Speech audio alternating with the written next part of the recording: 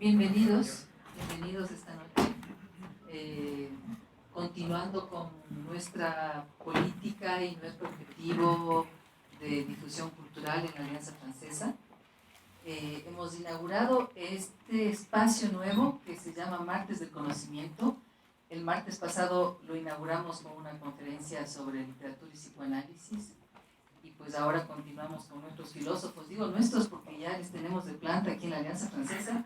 Entonces, pero esta noche va a estar Stefan Binolo. Él es un PhD en filosofía y un PhD en teología. Nos va a dar un curso de 5 martes sobre Sartre. Así que pues somos afortunados. Y luego continuaremos con, martes científicos también, pero tendremos nuevamente un curso de 5 martes sobre Lacan, psicoanálisis. Y así, continuaremos todos los martes, así que les están invitados los lunes al cine, los martes al martes del conocimiento. Los miércoles usualmente inauguramos exposiciones de arte. Y jueves y viernes tenemos música, teatro, danza. Entonces, tenemos este año 300 eventos culturales preparados, prácticamente uno por día. Así que, pues, bienvenidos, están invitados. Y, Stefan, adelante. Tengo entendido que tú nos vas a hacer una pequeña presentación también sobre la temática, seguramente. Así que, tienes la palabra. Muchas gracias. Bueno, muchas gracias a Amparo por la bienvenida también a todo el equipo de la Alianza Francesa. Y muchas gracias y un gran bienvenido a ustedes todos a lo que podríamos considerar el inicio de lo que podríamos tal vez llamar la Universidad Popular de Quito o del Ecuador.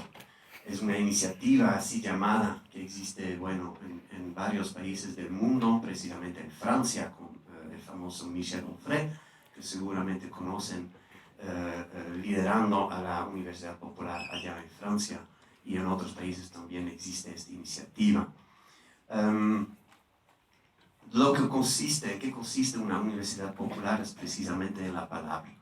En primera instancia es popular, es decir, todas nuestras iniciativas son completamente abiertas a todos, sin requisitos, son eventos gratuitos, los cursos son enteramente gratuitos, abiertas para todo, para un público general, para los aficionados de la filosofía que quisieran saber un poco más y que quisieran discutir a los temas que vamos a tratar.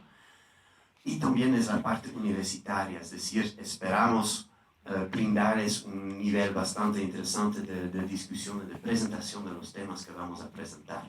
Y tal como nos dijo Amparo, vamos a tratar ahora mismo con Stefan a Jean-Paul Sartre, el filósofo seguramente más famoso francés, pero tenemos ya preparado también un siguiente curso sobre Jacques Lacan, estamos en preparación de un curso sobre Michel Foucault, sobre Derrida, y seguramente vamos a brindar otros tipos de cursos enseguidos.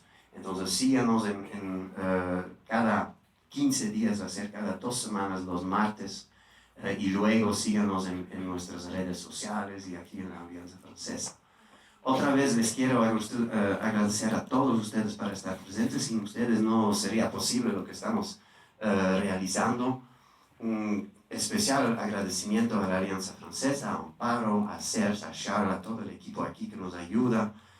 Y ahora un gran agradecimiento a Stefan Binolo, como se escuchó, PhD en Teología y Filosofía, que nos va a dar sobre 5 martes, cada 2 semanas, este curso sobre Jean-Paul Sartre. Muchas gracias, bienvenido otra vez. Muchas gracias, bienvenidos todos. La verdad no esperábamos tanta gente, entonces muchísimas gracias realmente por estar aquí con nosotros. Hemos decidido comenzar esta Universidad Popular con Sartre porque tal como lo dijo Denis, Sartre es sin duda el filósofo francés más famoso del siglo XX. El único con el cual se podría un poquito comparar es Derrida, que también tuvo esta fama absolutamente mundial. Para comenzar, quisiera contarles algunos puntos breves de quién fue Sartre. Y ya ven que en una clase de filosofía esto ya se debería cuestionar. ¿Nos interesa saber quién fue Sartre para entender su filosofía? O a lo mejor podemos desvincular completamente la obra filosófica de la vida del filósofo. ¿Qué tanto es necesario conocer la biografía del filósofo para entender algo de sus conceptos filosóficos? Y hay dos maneras de ver un poquito esta pregunta. La primera es la manera heideggeriana. ¿Se acuerdan que el seminario, digo se acuerdan porque me imagino que todos leyeron este texto, se acuerdan que el seminario de Heidegger sobre Aristóteles comienza más o menos así? Primer punto, biografía. Aristóteles nació, Aristóteles pensó, Aristóteles murió. Basta. Segundo punto, metafísica. Es decir, hay algunos pensadores para los cuales, o como mínimo, ellos piensan que la biografía no tiene nada que ver con la obra filosófica. En el caso de Sartre, pienso que se entiende mucho mejor la filosofía de Sartre si sabemos algo de él.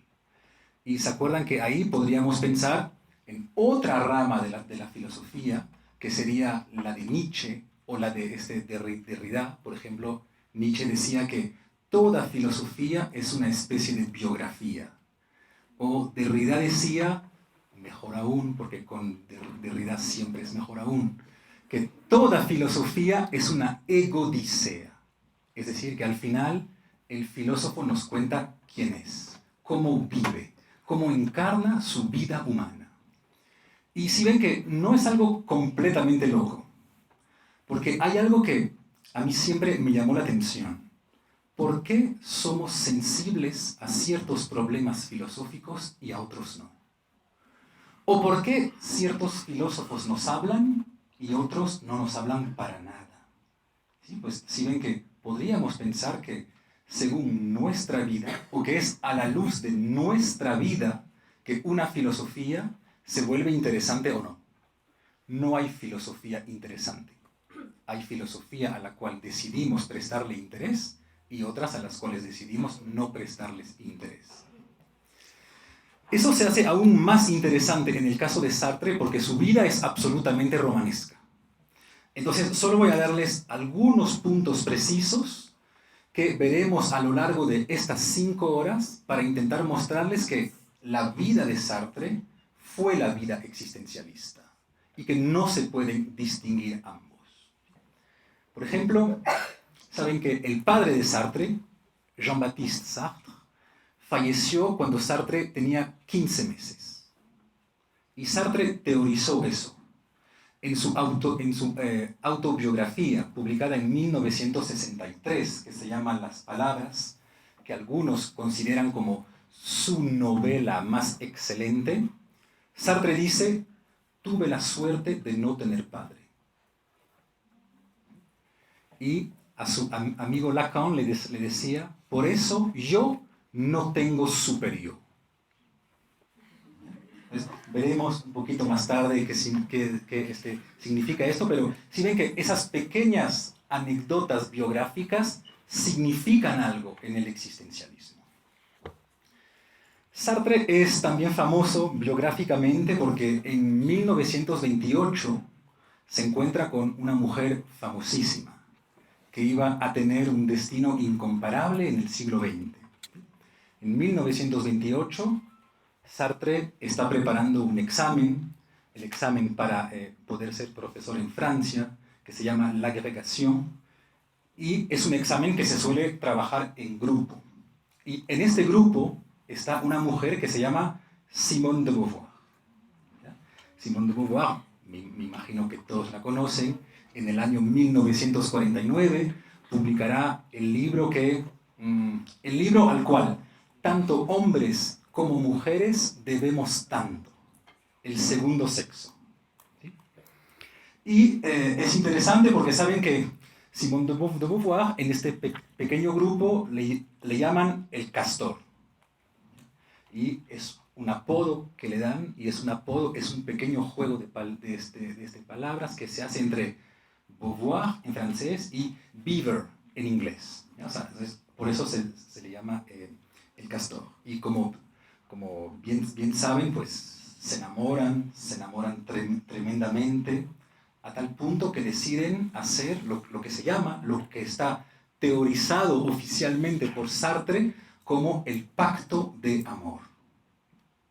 Y el pacto de amor estipula lo siguiente. Tanto tú, Simón, como Jean-Paul, somos genios. O sea, es lo que dice Sartre.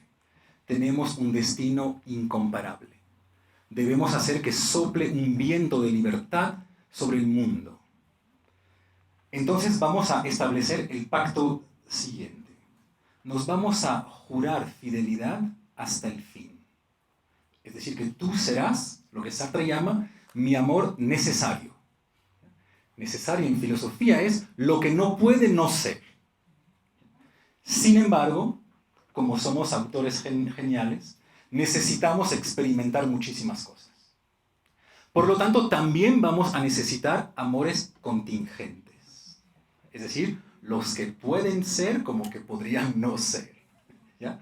Entonces es una pareja completamente abierta y oficialmente abierta. Hay una sola regla. No nos mentimos nunca. Me cuentas todo lo que haces y yo te cuento todo lo que hago. La fidelidad, y ahí ya comenzamos a entrar en el existencialismo. La fidelidad no es la fidelidad a los cuerpos, es la fidelidad al proyecto. Y es chistoso leer en algunas cartas, salieron muchísimas cartas, como por ejemplo Sartre le cuenta a Simón, pues ayer me acosté con esta estudiante tuya, era virgen, sangró, no sangró, gritó, no gritó, me gustó, no me gustó, es decir, una transparencia absoluta. Este pacto de amor sufrió un solo problema. En el año 1947, Simone de Beauvoir es invitada en Estados Unidos a dar una gira y se enamora locamente de un poeta que se llama Nelson Algren, un poeta excelente. Y se enamora tanto que Nelson le dice, deja este pequeño filósofo francés que no te es fiel nunca, quédate conmigo en Estados Unidos, cásate conmigo, fundamos una familia. Sartre se vuelve loco. Le llama de inmediato y le dice, pero ¿cómo tú? ¿Cómo tú que estás a punto de publicar El segundo sexo?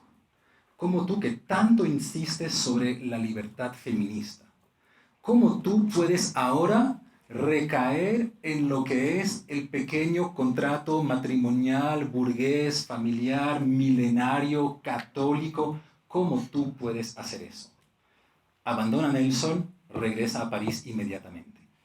¿Qué hizo Simón? Regresó a París. ¿Ya? Una vez más, mi proyecto por encima de mis sentimientos.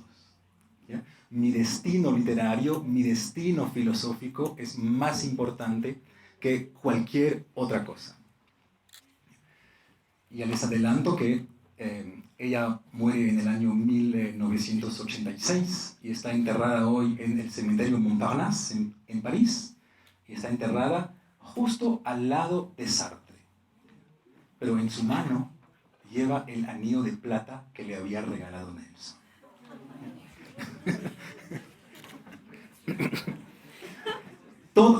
Todo eso se los cuento porque veremos que se justifica desde el punto de vista del existencialismo. Otra anécdota famosa que deben conocer. Cuando en el año 1928 se presenta, o más bien dicho, se presenta Sartre por primera vez a este examen del cual les estaba hablando, que se llama agregación, y Sartre falla. Falla, es algo absolutamente incomprensible. Es tan incomprensible que el director de la Escuela Normal Superior de París, en la cual estudia Sartre, llama de inmediato al presidente del tribunal para decirle, estoy seguro que hubo algún problema. Por favor, verifique las copias, verifique las notas, porque no puede ser. Entonces, le informan a Sartre que efectivamente falló. Y Sartre dice, bueno, no pasa nada, no me entendieron.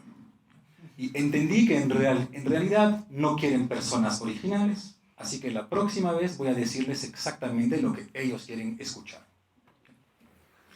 Para anécdota, este mismo año, 1928, quien sale primero en este concurso es Raymond Aron. A lo mejor escucharon de él. Es el enemigo íntimo de Sartre. Entonces, en el año 1929, Sartre se vuelve a presentar. Y este año también se presenta Simone. Sartre sale primero, ella sale segunda. Y Sartre escribe en una carta eso magnífico, dice: cuando uno le hizo a su mamá la vergüenza de haber fallado un examen, lo mínimo que puede hacer es salir primero el siguiente año. Y lo chistoso es que, bueno, chistoso, no tanto en realidad, pero es que a medida que se van abriendo esos archivos de los concursos, sabemos que en realidad el tribunal había pensado muchísimo tiempo poner a Simone de Beauvoir primera y a Sartre segundo. Pero obviamente en 1929, en Francia, que una mujer salga primera a tremendo concurso era absolutamente imposible. ¿Sí? Pero el presidente del tribunal dijo esta frase: todos sabíamos que la verdadera filósofa era ella. Lo que es absolutamente incomprensible, es algo absolutamente raro. ¿Sí? Última cosa importante. Si saben que Sartre era de esas personas que se dan el lujo de rechazar el premio Nobel. En el año 1964, Suecia piensa darle a Sartre el premio Nobel de literatura.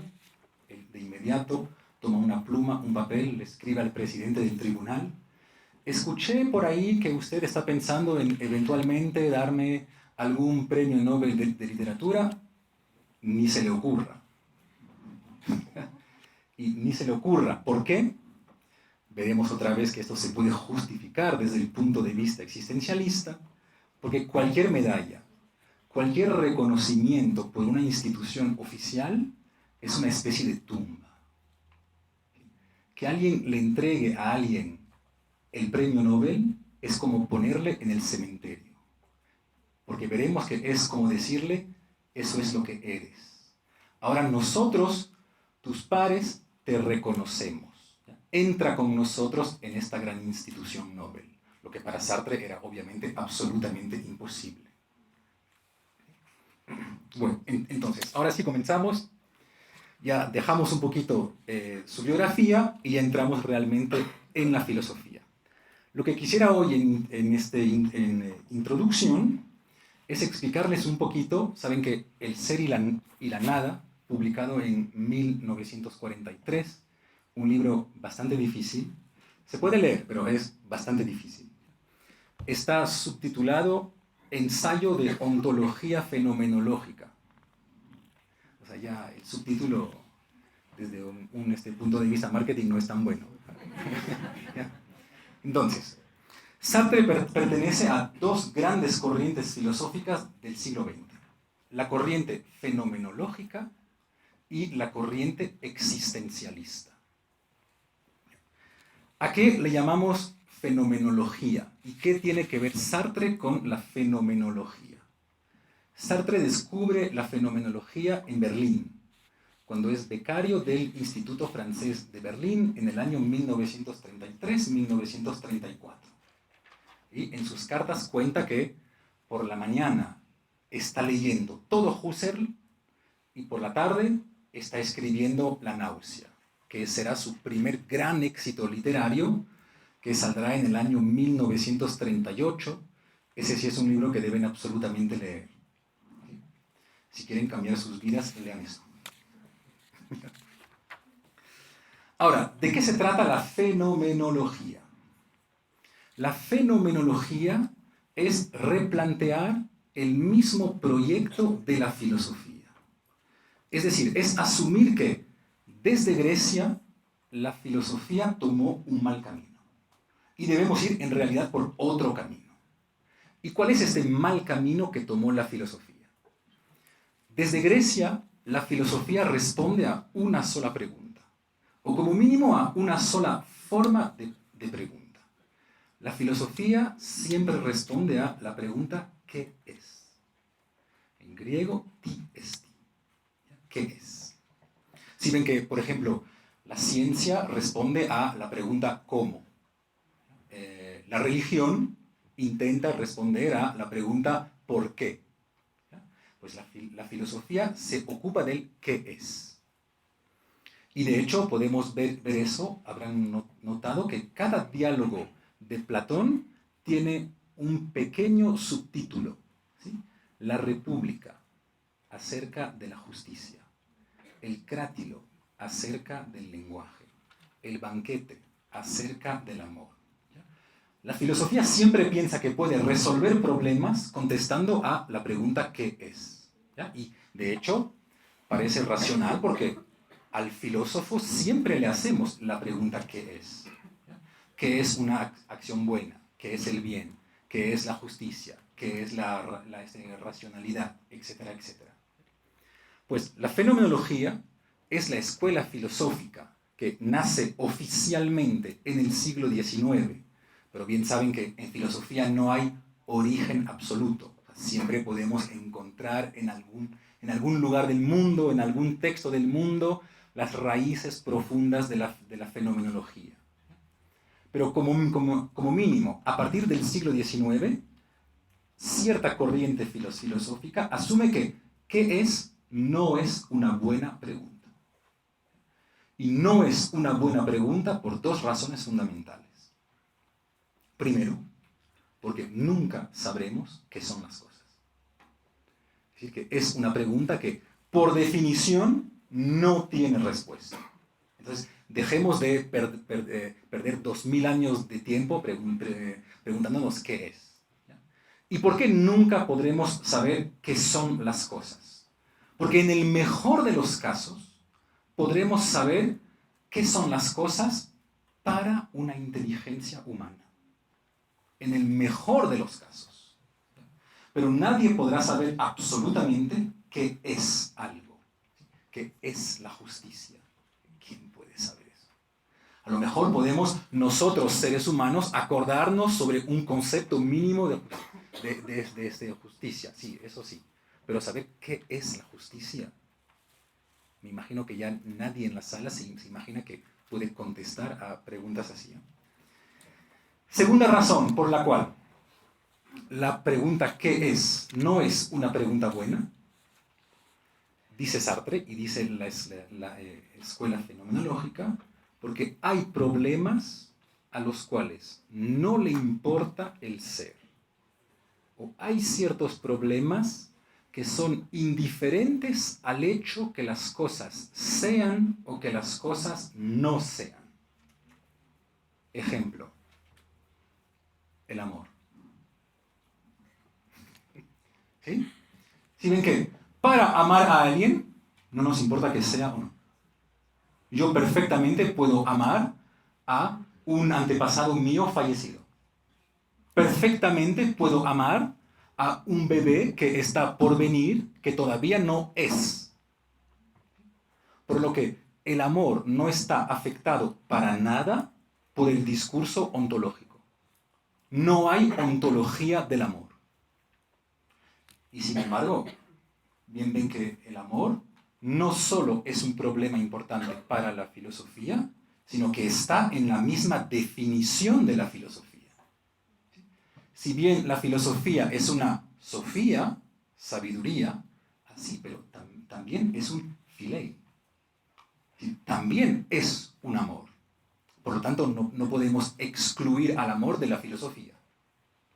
Así que, como mínimo, por dos razones, la pregunta ¿qué es? No es una buena pregunta.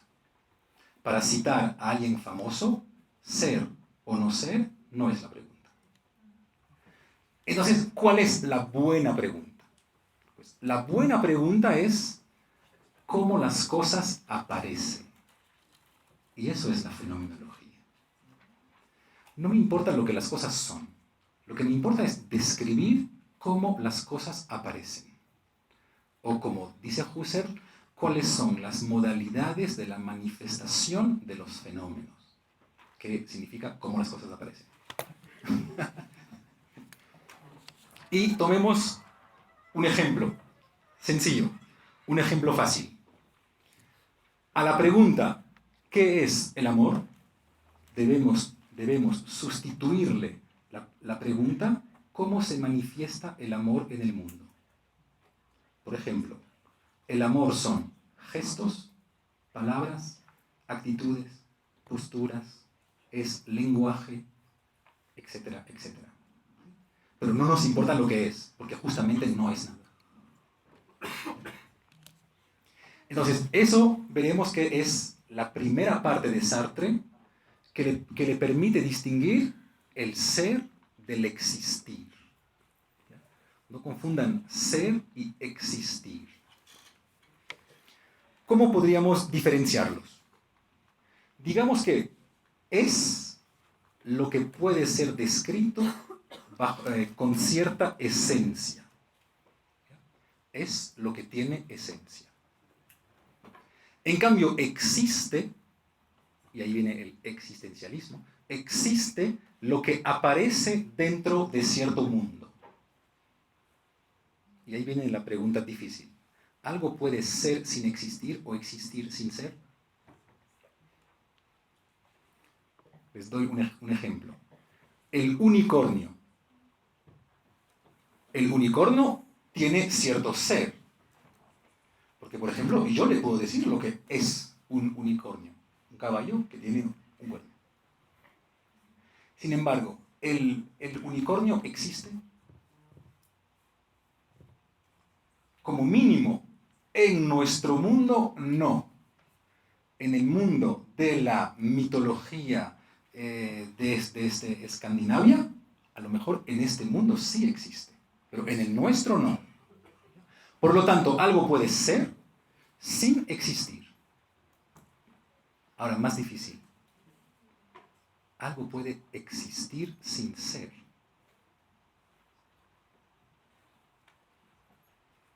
Regresamos al ejemplo favorito de la filosofía. El amor. ¿Quién puede darme la esencia, es decir, el concepto del amor? Absolutamente nadie. Y sin embargo existe. Por lo tanto, bien ven que el caso del amor sería, o nos permitiría pensar algo que existe, es decir, se manifiesta en el mundo, sin que podamos describir de manera clara y precisa su esencia. Otro ejemplo, aún más duro, Dios. Para los creyentes, estén tranquilos. Si alguien les dice lo que Dios es que no es Dios. ¿Ya? Por definición, si Dios es un ser infinitamente infinito, absolutamente trascendente, que supera las esencias, etcétera, etcétera, limitarlo a un concepto o encerrarlo en cualquier definición que ustedes quieran es perder a Dios. Porque por definición está más allá del entendimiento humano, más allá de lo posible, etcétera, etcétera. ¿Ya? Por lo que cualquier persona que defina a Dios, define lo que nosotros podemos pensar de Dios. Pero eso no es Dios. Es el concepto que nosotros podemos formarnos de Él. Pero nada garantiza que Él sea eso. ¿Ya? Así que ven que una vez más, como mínimo, el amor y Dios, que para algunos es la misma cosa, nos permiten pensar que ciertas cosas, o ya digamos ciertos fenómenos, pueden existir sin ser. Y otras cosas pueden ser sin existir. Esta diferencia la encontraremos siempre en Sartre y en casi toda la fenomenología. Segunda corriente importante de la cual viene Sartre. En realidad, no deberíamos decir tal vez que viene de esta, sino que es su mayor representante. El existencialismo. El existencialismo tiene como mínimo raíces en Kierkegaard y Nietzsche, y también Dostoyevsky en literatura, como mínimo. Todos conocen el eslogan del existencialismo. La existencia precede la esencia. Partamos del ejemplo exactamente contrario para poder pensar, primero, por qué es una frase que puede parecer completamente loca y en realidad, por qué es una frase que no tiene nada de loco, que es una frase genial. Si ven que todos o casi todos tenemos una visión tecnicista del mundo, en este sentido que nos cuesta pensar que las cosas no han sido creadas bajo la modalidad de la creación que hace algún ingeniero. Hay un ingeniero que tiene en su cabeza un concepto de las cosas y él las hace existir. Por ejemplo, yo escuché alguna vez a alguien preguntarme, ¿de qué sirve la lluvia? Si ven que alguien que hace esa pregunta ya asume que la lluvia sirve de algo. Por lo tanto, que ha sido pensada, ha sido conceptualizada por algún ingeniero, ¿ya?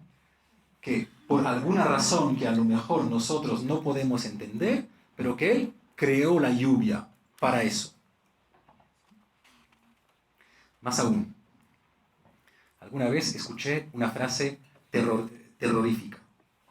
Las mujeres deben ser mamás porque para eso la naturaleza les dio un útero. Tiene que alguien que asume eso, pues otra vez asume que en algún lugar hay la esencia de la mujer, que define claramente lo que las mujeres deben ser. O, peor, los hombres deben ser valientes y no deben llorar. Tal como si existiera una esencia del hombre. Sí, pero ¿quién sabe eso? Y ya sienten como mínimo la dificultad que tiene toda filosofía que piensa a raíz de las esencias y no a raíz de las existencias. ¿Sí? ¿Quién sabe qué es la esencia de la mujer? ¿Quién sabe eso? Absolutamente nadie. ¿Ya? Entonces, si ven que este pensamiento, que es el pensamiento en realidad más tradicional que hay en filosofía, porque viene directamente de Platón, en un cielo que no podemos conocer perfectamente bien, hay esencias puras.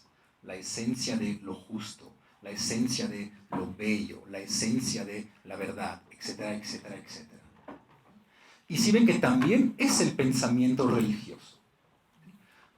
Podríamos definir el pensamiento religioso de la manera siguiente. La esencia precede la existencia. Hay un Dios que en su cabeza pensó la esencia de lo justo, lo verdadero, lo necesario para el mundo, la lluvia, cada uno de ustedes. ¿Ya? Y después de haber pensado esas esencias, las hizo existir, es decir, las creó.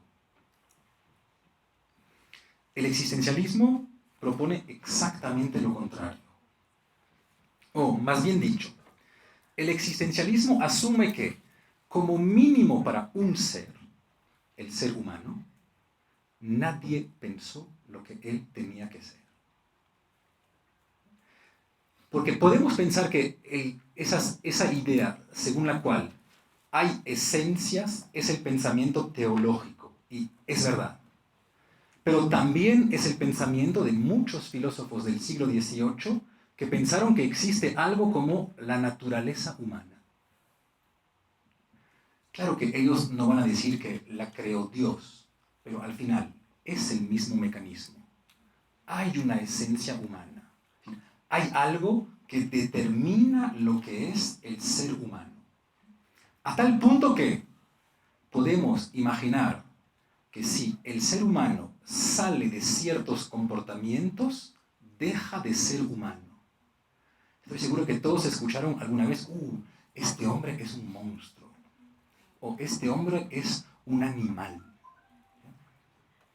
Y es raro porque, por ejemplo, justamente se le culpa a los animales de cosas que ellos no hacen. No hay genocidio animal. O sea, justamente las cosas para las cuales se le culpa al ser humano de ser un monstruo o de ser un animal son las cosas específicamente humanas. Es raro, pero sí ven que muchos pensamos que hay una definición del ser humano y que esta definición pues, debe ser aplicada políticamente. Por ejemplo, existen hombres y mujeres para que se puedan reproducir. Ok. Entonces, por lo tanto, la familia debe ser un hombre y una mujer. Ok. ¿Por qué? Porque se deben reproducir y esta es la finalidad del ser humano. Por lo tanto, hay un modelo de familia. La familia. Sí, pero esa esencia a mí me gustaría verla. ¿Dónde está? ¿Quién la decidió? ¿Sí? Ahora, ¿qué dice el existencialismo? ¿Y qué significa que para el ser humano, como mínimo, la existencia precede la esencia? Significa lo siguiente. Tomemos mi caso. Yo, tal como cada uno de ustedes, primero existo. Primero aparezco en el mundo. Primero surjo en el mundo. Sin que nadie haya podido determinar lo que yo debo ser, cuál es mi finalidad, cuáles son las acciones buenas o malas que yo deba realizar, etcétera, etcétera. Primero aparezco en el mundo. Y mi esencia podré construirla yo mismo a lo largo de mi vida. Por lo tanto, mi esencia no está detrás de mí, en el cerebro de alguien, en una naturaleza humana, en algún ADN. Si ven que al final es el mismo pensamiento. ¿Sí? Decir, en el entendimiento divino, decir, en la naturaleza humana, decir, en el ADN, es el mismo pensamiento. A pesar de que esos campos teóricos a lo mejor piensan ser muy diferentes, nos cuentan una misma historia. Hay algo de mí que me precede. De cierta manera, estoy determinado por un Dios, por una cultura, por razones biológicas, pero estoy determinado antes de existir. Sartre propone exactamente lo contrario. Yo voy a determinar lo que soy existiendo. Porque cada una de mis acciones, o con cada una de mis acciones, podré construir una pequeña parte de mi esencia. De ahí la idea sartreana de una libertad absoluta. Y veremos que absoluta es realmente absoluta. ¿Por qué? Porque no tengo esencia. Mi esencia la debo construir. No hay esencia del ser humano. No hay esencia de la mujer. No hay esencia del esposo, del padre, del profesor, del estudiante. ¿Quién sabe lo que significa ser un buen padre? ¿Quién sabe eso? ¿Quién sabe lo que significa ser un buen profesor? Pregúntenle a los profesores. Nadie sabe. Se lo garantizo. Ahora, a raíz de esta precedencia de la existencia sobre la esencia, para el ser humano, solo para el ser humano, Sartre determina una ontología que acepta 4 conceptos fundamentales diferentes. Es decir, que la ontología, ya hemos visto la diferencia ser, existir, hemos visto cuál viene primero, y ahora vamos a ver cómo esto se declina en la ontología de Sartre. Ontología, la ciencia del ser en cuanto es. Es decir, La ontología es una ciencia muy complicada que todo el día se pregunta qué es ser. No sé si ustedes por la mañana se preguntan qué es ser. Entonces, esos 4 conceptos sartreanos determinan 4 formas de ser. Hay 4 formas de ser. Primero, lo que Sartre llama el en sí. Las cosas que son en sí. ¿Qué es una cosa que es en sí? Es todo lo que no es el ser humano. Es decir, los objetos, los animales, el universo, todo. Menos el ser humano. ¿Y por qué se les llama en sí? Pues se les llama en sí porque son las cosas, tal como lo dice Sartre, que tiene un vocabulario a veces extraño, son las cosas que son lo que son. ¿Qué significa que son las cosas que son lo que son? Pues son las cosas que son lo que son porque no pueden dejar de ser lo que son. Ejemplo, esta mesa no puede dejar de ser mesa. Por lo tanto, es verdaderamente una mesa. Podemos decir literalmente que es una mesa, porque no puede dejar de serlo. Segunda categoría fundamental, la nada. ¿La nada qué es? Nada. La nada es justamente lo que no es nada.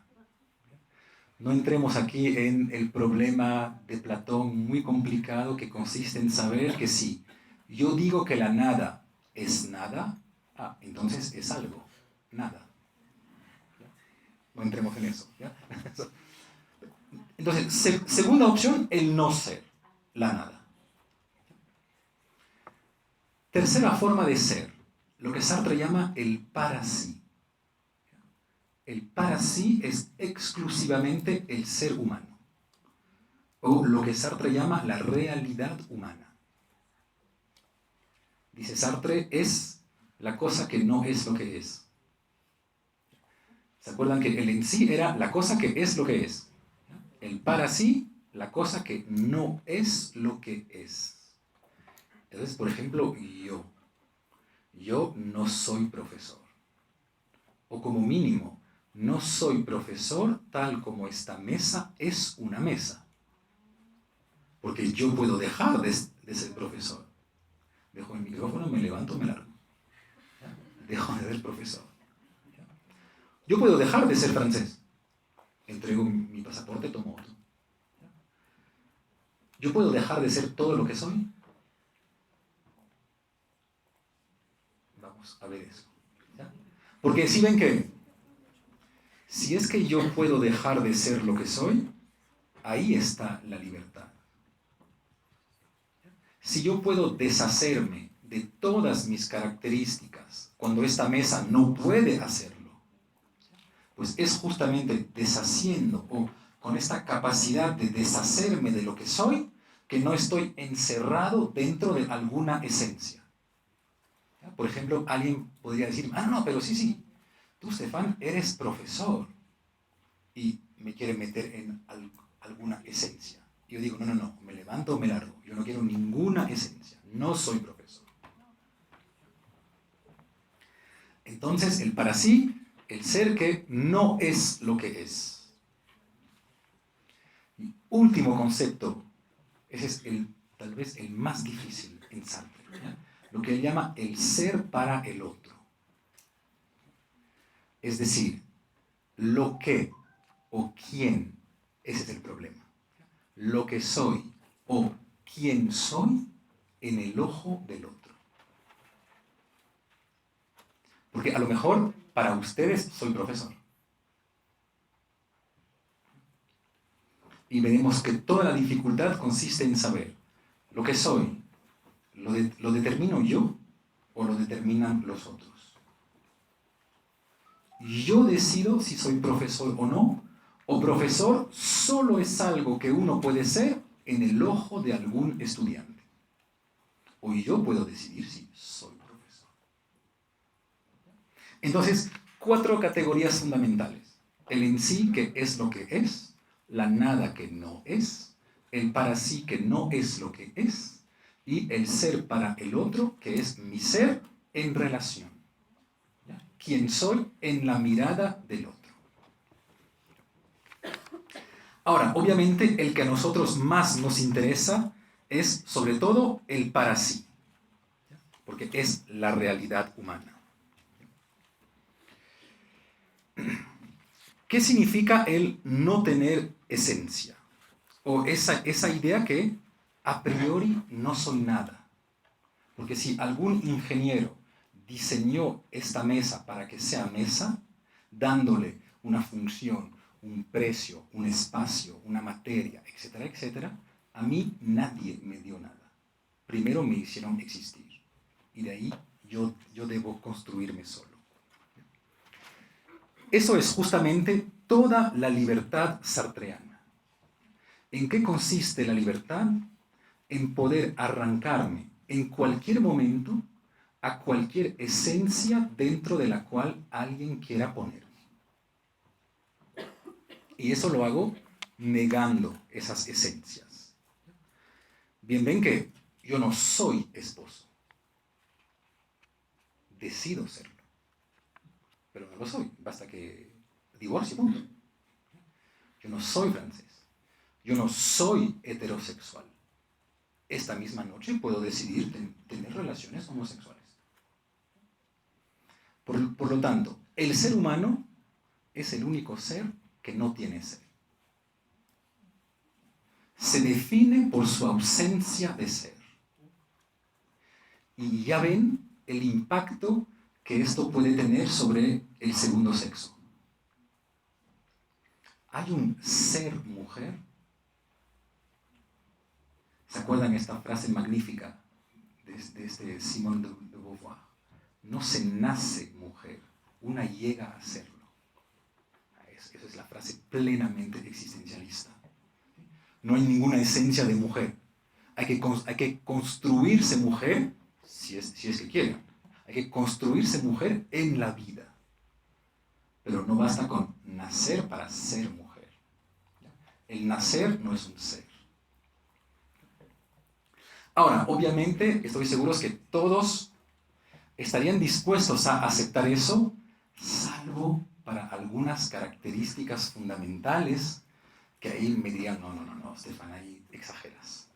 Yo bien entiendo que tú puedes dejar de ser esposo, dejar de ser profesor, dejar de ser francés, pero a lo mejor hay algunas cosas que no puedes dejar de ser, porque te determinan completamente. Por ejemplo, mi ser calvo. Me imagino que casi ninguno de ustedes me diría, bueno, pues es fácil, deja de serlo. No parece tan complicado. O el estar triste. Esas parecen ser cosas que padecemos. O incluso el estar vivo, el haber nacido, el que alguien me haya traído a la existencia. ¿Cómo podemos imaginar que mi libertad es tan grande que yo puedo escoger esto? Y sin embargo, dice Sartre, y ahí es donde el existencialismo es a la vez genial y a la vez ultraviolento. Todo se escoge. Quien está triste, escoge ser triste. Quien es calvo, escoge ser calvo. Quien nació, escoge haber nacido. ¿Cómo podemos pensar eso? ¿Cómo podemos pensar lo que nos parece tremenda locura? Pues es fácil, dice Sartre. En cada momento de la vida, todo ser humano tiene como mínimo 2 opciones. Y las 2 opciones son las siguientes. Todo lo que yo soy, puedo rechazarlo como mínimo en el suicidio. ¿Quiero dejar de ser calvo? Pues es fácil, dejo de ser. Si dejo de ser calvo. ¿Quiero dejar de estar triste? Pues es fácil. me suicido, al dejó de ser triste. Cuidado, Sartre nunca recomendó el suicidio. O sea, ese no es el objetivo. No se vayan a matar. Ese no es el objetivo.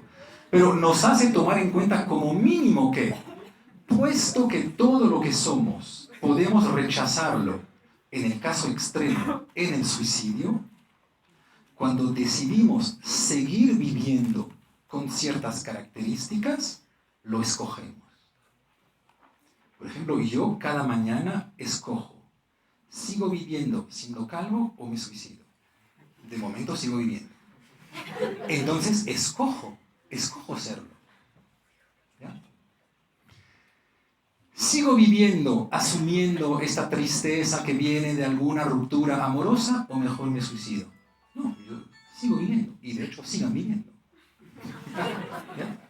Pero estén bien conscientes que esa tristeza no la padecen, la escogen. Hubieran podido no escogerla, pero decidieron escogerla. Si ven, la primera dificultad que va a presentar eso encara a la psicología y a cierta sociología. ¿Sí? Por ejemplo, cuando vamos a decir que por sus condiciones sociales, por su lenguaje, por su familia, por su país, por el momento histórico, todos estamos determinados a hacer ciertas cosas y no estamos libres, es falso. Y Sartre mantendrá, no, somos libres en todo, no nos vayamos a mentir, porque como mínimo podemos escoger entre esas dos cosas. ¿Sí? ¿Sigo existiendo de esta manera o dejo de existir? Eso es decisión mía. Ahora, seguimos avanzando un poquito más.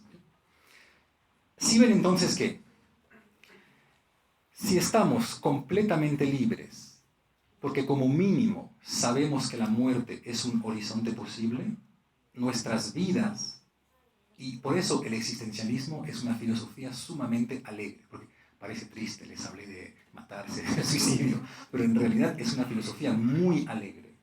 Nuestras vidas debemos construirlas. El problema de la vida no es encontrar qué camino seguir. No, porque no hay camino que seguir. El problema es crear el camino. ¿Se acuerdan la frase magnífica de Antonio Machado? Caminante no hay camino, se hace camino al andar. Pues Machado pasó por Bergson y llegó a Sartre. O sea, hay cierta influencia ahí. ¿Ya? Ahora, ¿por qué solemos pensar que no somos libres? Y a lo mejor algún sociólogo en la clase está diciendo, pero no puede ser que se digan cosas tan tremendas. Por favor, párenlo. Toda persona que piensa no ser libre es porque tiene una representación del mundo que se basa en las causas. Es decir, pensamos que hay causas en el mundo y que estas causas sociales, lingüísticas, psicoanalíticas, sociológicas, que esas causas limitan nuestras posibilidades. Pues justamente el existencialismo consiste en decir, como mínimo para el ser humano, el problema no es un problema de causa, es un problema de sentido. Y les doy un ejemplo muy sencillo con el cual podemos entender por qué para Sartre el ser humano no está determinado directamente por causas. Imaginemos que fallezcan mis padres.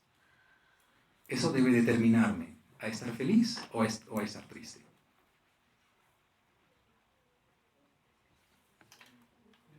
Pues absolutamente nada. ¿Ya? Es decir, hay ciertos fallecimientos que son una verdadera liberación. ¿Ya? Hay casos psicológicos en los cuales un niño abandonado dice, fue la mejor liberación que tuve. Entonces, bien ven que el problema no es de encontrar causas objetivas que me puedan determinar a hacer algo, a estar triste, por ejemplo. Mi esposa me engaña. ¿Debo estar feliz o debo estar triste? Pues si mi proyecto en la vida es seguir con ella, triste. Pero si mi proyecto es eventualmente divorciar, me viene perfectamente. Es una excusa tremenda. Súper feliz. ¿Ya? Por lo tanto, bien ven que lo que me determina no son las causas, no, es el sentido que yo le voy a dar a este evento, a esta causa. Por lo tanto, el problema del existencialismo es un problema de sentido, no de causas. Saben que hay dos filosofías diferentes y ustedes deben tomar una decisión fundamental en la vida. ¿Buscan causas o buscan sentido? Son dos filosofías casi irreconciliables.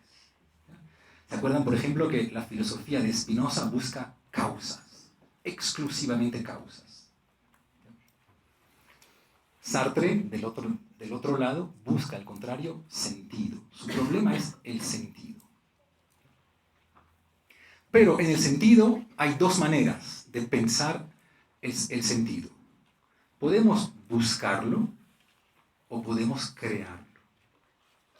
Es decir, no basta con liberarse de las causas para entrar en el existencialismo. Para liberarse de las causas hay que además asumir que no hay sentido. Las cosas no tienen sentido. ¿Sí saben que decir las cosas tienen sentidos es lo que se llama la superstición? Por ejemplo, hay un gato negro que cruza ahí. ¡Ah! ¿Qué sentido tiene eso? O sea, tremendo. O fallé mi examen. Ah, Dios me está mandando un mensaje. No es la buena carrera. ¿Ya? ¿Ya? Pero si ven que al final, casi toda persona que busca causas o que busca sentidos, ya dio un primer paso sobre el camino de la excusa. Vamos a disculpar al ser humano o mediante causas. No podía ser de otra manera, pobrecito. ¿Ya? O vamos al contrario a intentar disculpar al ser humano mediante sentido. ¿Ya? Mi esposa me engaña, bueno, Dios me está mandando un mensaje que ella no era para mí. ¿Ya? Sartre dice no, ella ni era para ti ni no era para ti. Tú decidiste actuar de cierta manera que te llevó al divorcio. Pero no culpes ni las causas ni el sentido. ¿Ya? Entonces, si ven que, de cierta manera, hay un poquito en Sartre una inversión del problema de las causas y del sentido. ¿Y por qué? Porque bien ven que lo que realmente tiene impacto sobre mis acciones es el sentido que yo le doy a las cosas. ¿Ya? Pero por lo tanto, ahí viene la dificultad. Si yo le doy sentido a las cosas, ese sentido, ¿por qué razón lo doy? Pues lo doy para poder actuar, para justificarme a mí mismo mis acciones. Ejemplo, yo tengo estudiantes seminaristas y de vez en cuando uno me dice, uy, profe, es que la vida en comunidad es tan difícil que estoy pensando en salir. El mundo de las causas. Hay una dificultad objetiva en el mundo que me lleva a tomar cierta decisión. Pero bien ven que es exactamente lo contrario. Es a partir del momento en el cual me estoy seriamente planteando salir de la comunidad que la vida en comunidad me aparece difícil. Es decir, no, la vida en comunidad de por sí no es ni fácil ni difícil. Depende si ustedes tienen una fe súper fuerte, quieren ser sacerdotes o al contrario no. Pero esa vida no es de por sí ni fácil ni difícil. Depende de lo que ustedes quieran hacer para que les aparezca fácil o difícil. Por lo tanto, es mi libertad y es mi proyecto que puede determinar cómo el mundo me aparece. Y no es el mundo tal como aparece que me determina a mí a actuar de cierta manera. Es exactamente lo contrario. Por ejemplo, ¿un examen es fácil o es difícil? Pues no es ni fácil ni difícil. Primero dependen si lo quieren pasar o no. Escalar el Pichincha, ¿es fácil o difícil? Para mí no es ni fácil ni difícil, porque nunca me planteé hacerlo. A lo mejor para alguien que realmente se plantea hacerlo, puede aparecerle fácil, si es que realmente quiere hacerlo, o puede aparecerle difícil, si es que no quiere hacerlo. Pero para alguien que ni siquiera se plantea hacerlo, no aparece ni fácil ni difícil. ¿Ya?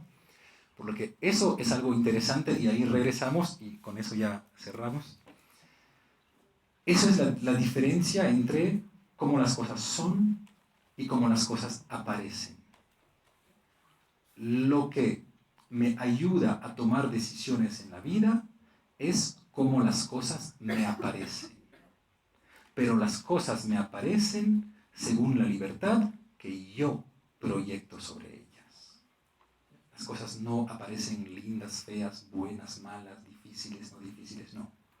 Es mi proyecto que determina cómo las cosas pueden aparecerme. Última cosita. ¿Ya? Por lo tanto, bien ven que si no estoy determinado por alguna esencia mía y que todo lo que hago lo hago de manera absolutamente libre, pues la vida es una especie de juego. Si saben que muchos filósofos pensaron que la vida es un juego. Desde ya entonces Epicteto pensaba eso. En el manual Epicteto contaba que la vida es un juego en el sentido de un teatro. Pero claro, Epicteto pensaba que Dios redactó un guión para mí y yo debo, como actor, seguir el guión que me mandó Dios. Si Dios me hizo hombre, debo ser un buen hombre. Si me hizo mujer, debo ser mamá, etcétera, etcétera. En el caso de Sartre, el juego es mucho más liviano. Puesto que nadie redactó el guión de mi vida para mí, yo debo redactarlo. ¿Y cómo debo redactarlo?